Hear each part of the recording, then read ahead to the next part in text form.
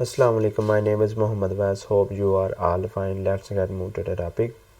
Today topic is tax related concern in USA explained. USA के scenario में हम tax के मामलात को आज डिस्कस करेंगे कि कितने टैक्सेशन के वहाँ पर कॉम्प्लिकेशन है, किस तरह टैक्स वहाँ पर वर्क करता है। टैक्स जो कि शुरू से ही एक इंटरेस्टिंग टॉपिक रहा है। बहुत से लोग बहुत से मैसेजिंग्स और क्वेरीज करते हैं कि टैक्स के ऊपर भी एक छोटी सी शॉर्ट सी वीडियो बनाएं ताकि वहाँ पर जितना भी टैक्सेशन का मामला है उसको हम इजीली समझ सकें।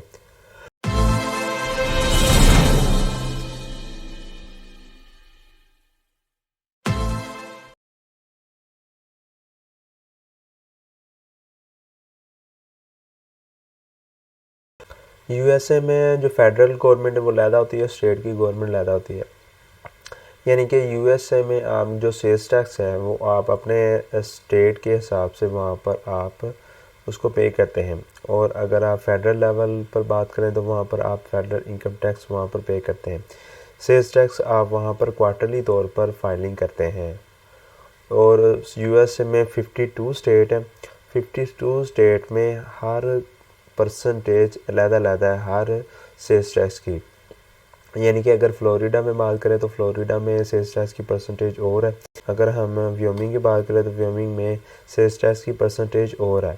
इसी तरह हर स्टेट की जो सेल्स टैक्स की परसेंटेज है वो अलग-अलग होती है।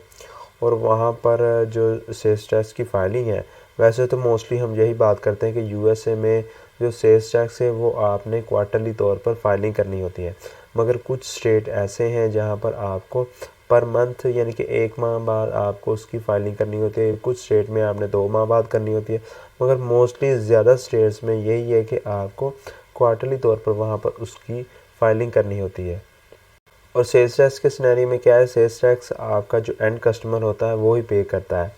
यानी कि जो भी प्रोडक्ट्स जो बंदा इस्तेमाल करे अपने इस्तेमाल के लिए वो ही सेल्स टैक्स को पे करता है। अगर आप किसी डिस्ट्रीब्यूटर या ब्रांड से आप कोई इन्वेंट्री लेते हैं, अगर आपके पास सेलर परमिट नहीं है, यानी आपने अपनी एलएलसी की बेस पर जब आपने सेलर परमिट को रजिस्टर नहीं किया, तो सेलर परमिट रजिस्टर होने के बाद फिर आपके पास रीसेल सर्टिफिकेट नहीं होगा। तो रीसेल सर्टिफिकेट ना होने के बाद फिर जो डिस्ट्रीब्यूटर ब्रांड है वो एंड कस्टमर आपको ही समझेगा, क्योंकि आपके पास रीसेल सर्टिफिकेट नहीं है। यानी कि एक इन्वेंट्री है उसको आपने रीसेल करना है तो वो सर्टिफिकेट आपके पास होना चाहिए ताकि वो समझ सके कि ये इन्वेंट्री जो आप हमसे बाय कर रहे हैं, चाहे आप वो सिंगल पीस बाय कर रहे हैं चाहे आप वो बल्क में बाय कर रहे हैं, तो वो आपने इस्तेमाल नहीं करनी, वो आपने उसको रीसेल करना है।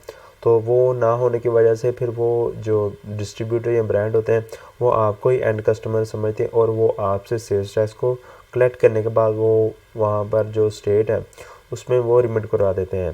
तो अगर वो आपके पास रीसेल सर्टिफिकेट होगा जो कि आप अपने सेलर परमिट की बेस पर, और सेलर परमिट आप अपनी एलएलसी की बेस पर जब आप उसको क्रिएट करते हैं तो फिर आप उनसे इन्वेंट्री लेते हैं, तो फिर आपको वहाँ पर सेल्स टैक्स नहीं देना पड़ता, क्योंकि आप उनको ये शो करवाते हैं कि ये मैंने रीसेल करनी है। यानी कि जो भी सेल्स टैक्स होगा इस इन्वेंट्री के ऊपर वो मैं अपने बाय से जो मेरा एंड कस्टमर होगा मैं वहाँ से उनसे सेल्स टैक्स कलेक्ट करने के बाद मैं स्टेट को जो भी डिपार्टमेंट है वहाँ पर मैं उसको रिमिट करवाऊँगा।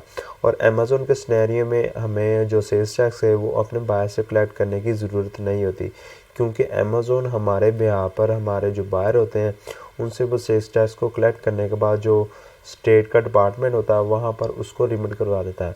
हमने जस्ट इसकी फाइलिंग करनी होती है कि हमने अमेज़न के सिनेरियो में अपने बिज़नेस को रन किया और अमेज़न ने हमारे बिहाफ पर वहाँ पर सेल्स को रिमिट करवा दिया, मगर जस्ट हमने वहाँ पर अपनी फाइलिंग करनी है। और अगर हम फेडरल इनकम टैक्स की बात करें तो फेडरल इनकम टैक्स आप आईआरएस को वहाँ पर वो फाइल करते हैं, उसको आप उसकी फाइलिंग वगैरह करते हैं, और ये आपके स्टेट के हिसाब से डिफरेंट होती हैं।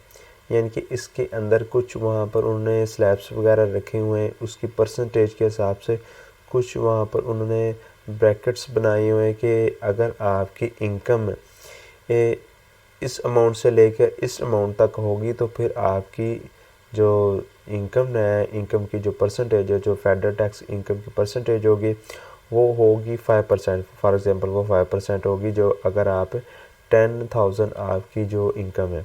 अगर आपकी इनकम 20,000 है तो फिर आपकी वो जो इनकम टैक्स, जो फेडरल इनकम टैक्स की परसेंटेज है वो फिर हो जाएगी 10% हो जाएगी, या 7% हो जाएगी, या 8% हो जाएगी। इस तरह वहाँ पर उन्होंने कुछ ब्रैकेट्स बनाए हुए हैं, और ये हर स्टेट की अलग-अलग होती है। किसी स्टेट में एक ही परसेंटेज है, चाहे आप जितनी मर्ज़ी इनकम को जनरेट करें, वो परसेंटेज एक ही होती है जो वहाँ पर उन्होंने फ़िक्स कर दी है। फॉर एग्ज़ाम्पल, मैं एग्ज़ाम्पल के तौर पर एक आपको बताता हूँ कि अगर आप फ्लोरिडा की बात करते हैं, तो फ्लोरिडा में आप जितनी मर्ज़ी इनकम को जनरेट करते हैं, जितनी मर्ज़ी इनकम आप करते हैं, तो वहाँ पर एक फ़िक्स होती है परसेंटेज। ये मैं आपको जस्ट एग्ज़ाम्पल दे रहा हूँ कि एक फ़िक्स परसेंटेज है कि आपको जितनी मर्ज़ी आप इनकम को जनरेट करें, तो इस परसेंटेज के हिसाब से वहाँ पर आप आईआरएस को ये जो टैक्स है, फेडरल इनकम टैक्स, ये आप पे करेंगे। अगर हम बात करें किसी और स्टेट की, कोई भी और स्टेट की बात कर लेते हैं, अगर व्यमी की कर लें, फॉर एग्ज़ाम्पल, मैं जस्ट आपको एक करेक्ट नहीं बता रहा, मैं आपको एग्ज़ाम्पल के ज़रिए बता रहा हूँ कि अगर व्यमी की हम बात करें, तो व्यमी में ये है कि अगर आपकी जो इनकम फेडरल इनकम टैक्स है, अगर आपकी इनकम $10,000 है, तो फिर आपकी जो परसेंटेज है वो 2% होगी। अगर आपकी वो $50,000 हो जाएगी आपकी इनकम, तो वो परसेंटेज फिर आगे बढ़कर वो 10% के ऊपर आ जाएगी।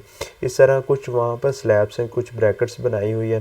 ये हर स्टेट में, किसी स्टेट में फ़िक्स है, किसी स्टेट में वहाँ पर उन्होंने आपकी इनकम के हिसाब से कुछ स्लैब्स बनाई हुई है, तो आके आप अपने इनकम के हिसाब से उस स्लैब्स को आप गो थ्रू करने के बाद फिर आप अपने फेडरल इनकम टैक्स को आप फाइल करेंगे, और ये आपने एनुअली तौर पर इसकी फाइलिंग करनी होती है। अगर सेल्स टैक्स की बात करें तो वो आप मोस्टली क्वार्टरली तौर पर आप उसको फाइलिंग करते हैं। और अगर हम बिज़नेस के सिनेरियो में बात करें कि हम अगर प्राइवेट लेबर और होलसेल के सिनेरियो में बात करते हैं, तो होलसेल में ये है कि आपको जो आपने अपनी एलएलसी को रजिस्टर कर लिया, तो रजिस्टर करने के बाद फिर आप अपने सेलर परमिट को लाजमी रजिस्टर करें। सेलर परमिट को जब आप रजिस्टर कर लेंगे, फिर ही आप रीसेल सर्टिफिकेट को बना सकेंगे। जब आप रीसेल सर्टिफिकेट बनाएंगे, फिर ही आप अपने जो ब्रांड या डिस्ट्रीब्यूटर है जिसे आपने इन्वेंट्री बाय कर, फिर ही आप उन्हें वो रीसेल सर्टिफिकेट दिखाने के बाद फिर आप वहाँ पर सेल्स टैक्स नहीं देते। फिर आप अपने एंड कस्टमर से वो सेल्स टैक्स को कलेक्ट करने के बाद जो स्टेट का डिपार्टमेंट उसके अंदर वो रिमिट करवाते हैं। तो होलसेल के सिनेरियो में ये है कि वो आपको वहाँ पर सेल्स टैक्स नहीं देना पड़ता, फिर आप अपने एंड कस्टमर से लेते हैं। तो अगर हम पीएल के सिनेरियो में बात करें, तो पीएल में तो आपने वहाँ से इन्वेंट्री लेनी ही नहीं होती है। तो आप अगर आपने अपने बिज़नेस, एक प्रॉपर बिज़नेस के तौर पर अगर आपने पीएल को लॉन्च करना, तो फिर आप जस्ट वहाँ पर एलएलसी बना लें, और आपको सेलर परमिट की इतनी ज़रूरत नहीं होती, क्योंकि आप अपनी इन्वेंट्री को चाइना से या किसी और कंट्री से आप उसको मैन्युफैक्चर कराने के बाद फिर आप यूएसए में उसको लाते हैं, तो वहाँ पर आप उसकी सेलिंग करते हैं। यानी कि आपको उसी कंट्रीज़ के अंदर रीसेल नहीं करनी होती, किसी और कंट्री से आप अपनी इन्वेंट्री को लेने के बाद वहाँ पर आप उसको सेल करते हैं। तो ये बिज़नेस के सिनेरियो में भी आप देख लें कि वहाँ पर जो टैक्सेशन का मामला है कि किस तरह वर्क करते हैं। तो इस तरह वहाँ पर यूएसए में वो टैक्सेशन के मामलात वर्क करते हैं। होपफुली आपको ये वीडियो पसंद आई होगी। अपना बहुत ज़्यादा ख्याल रखिएगा। अल्लाह हाफ़िज़।